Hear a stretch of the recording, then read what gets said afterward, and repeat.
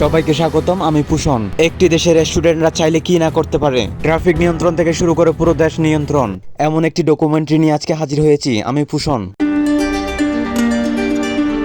আমার সামনে যে স্কুল ড্রেস পরা ছাত্রটি দেখতে পাচ্ছেন, সেও ট্রাফিক নিয়ন্ত্রণ করতেছে। এখন আমি আছি কক্সবাজার জেলার রামুচমোহনী। আমি এখান থেকে স্পষ্ট দেখতে পাচ্ছি ওইখানে কিছু স্টুডেন্ট ট্রাফিক নিয়ন্ত্রণ করতেছেন। কাছে গিয়ে দেখি রাস্তার মোড়ে মোড়ে আর স্টুডেন্টরা দাঁড়িয়ে আছে। একজন মাইক নিয়ে সব স্টুডেন্টদের সতর্ক করছে, আর বাকিরা যার যার দায়িত্ব পালন করছেন। তবে সবচেয়ে লক্ষণীয় বিষয় হচ্ছে এখানকার গাড়ি চালকরাও তাদের আদেশ মেনে চলছে। এখানে যারা ট্রাফিক নিয়ন্ত্রণ করতেছেন তাদের বেশিরভাগ হাই স্কুলে পড়েন। তারা স্ব ইচ্ছায় এই রাষ্ট্রীয় কাজগুলো করে যাচ্ছেন। যেহেতু সরকার পতনের পর থেকে রাস্তায় ট্রাফিক পুলিশ নেই, তাই ছাত্ররা এই দায়িত্বগুলো পালন করছেন। আবার অনেক ছাত্ররা পানি দিয়ে সাহায্য করছে। এই মাত্র এদিক দিয়ে একটি বাংলাদেশ সেনাবাহিনীর গাড়ি চলে গেল, যারা রাস্তায় টহল দিয়ে দিয়ে চেক করছে। আমরা এখানকার ব্যাপারে আরো জানতে একজন শিক্ষার্থীর সাথে কথা বললাম। আপনারা এখানে কয়দিন ধরে আছেন? আমরা আন্দোলনের পর থেকে যখন ট্রাফিক ছিল না, তখন থেকে আমরা এই রাস্তার মধ্যে ট্রাফিক নিয়ন্ত্রণের কাজ করতেছি।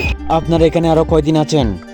আমরা জানি না কতদিন, যতদিন পর্যন্ত ট্রাফিক আসে না ততদিন মধ্যে আমরা কাজ করার জন্য চেষ্টা করবো। আচ্ছা, আপনারা এখানে কাজ তো করেন, সেনাবাহিনীর আপনাদের কিরকম প্রতিক্রিয়া দেখায়? বলে ওরাই থাকে আমাদের সাথে, যখন আমরা কাজ করি ওরাই আমাদের উৎসাহিত দেয়। যখন ওরা থাকবে তখন আমাদের সাথে ওরাইও ঠিক। এক কথায় তারা নিজেদের বিবেকের তাড়নায় এই জায়গায় এসে তাদের দায়িত্বগুলো পালন করছে। তারা বলছেন তারা এরকম রাষ্ট্রীয় কাজে অংশগ্রহণ করে তারা নিজেদের ধন্য মনে করছে।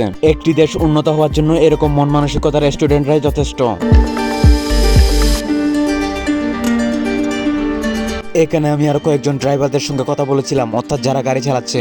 তারা বলছে ছাত্রদের বিরুদ্ধে তাদের কোনো অভিযোগ নেই, উল্টো আরো ছাত্রদের প্রতি কৃতজ্ঞতা জানাচ্ছে। তবে কয়েকজন ড্রাইভার একটা বিষয় নোটিশ করলো যে তারা নাকি রাস্তায় গাড়ি থামানোর সুযোগ অনেক কম পাচ্ছে, যার কারণে তেমন বেশি যাত্রী তারা নিতে পারছে না। তবে বেশিরভাগ ড্রাইভার বলছে এটা তেমন সমস্যা না। আপনি মানেন বা নাই মানেন, বাংলাদেশ যদি উন্নত বিশ্বের তালিকায় উঠতে হয় তাহলে তরুণদের অবশ্যই এগিয়ে আসতে হবে। তরুণরা পারে এই দেশকে এরকম অবস্থা থেকে বাঁচাতে। বাংলাদেশের ছাত্র আন্দোলনের পর থেকে অন্যরকম একটি ট্রেন্ডিং টপিক হচ্ছে দেওয়ালের মধ্যে চিত্র অঙ্কন। কিছু কিছু দেওয়ালের গ্রাফিটির মাধ্যমে পুরো বিশ্বকে নড়িয়ে দিতে পারেন। দেওয়ালে শিক্ষণীয় গ্রাফিটি করা হচ্ছে অন্যরকম একটি আন্দোলন। আপনি দেওয়ালের মধ্যে একটি শিক্ষণীয় লাইন লিখে সেটি 10 জনের মনের মধ্যে প্রবেশ করিয়ে দিতে পারেন।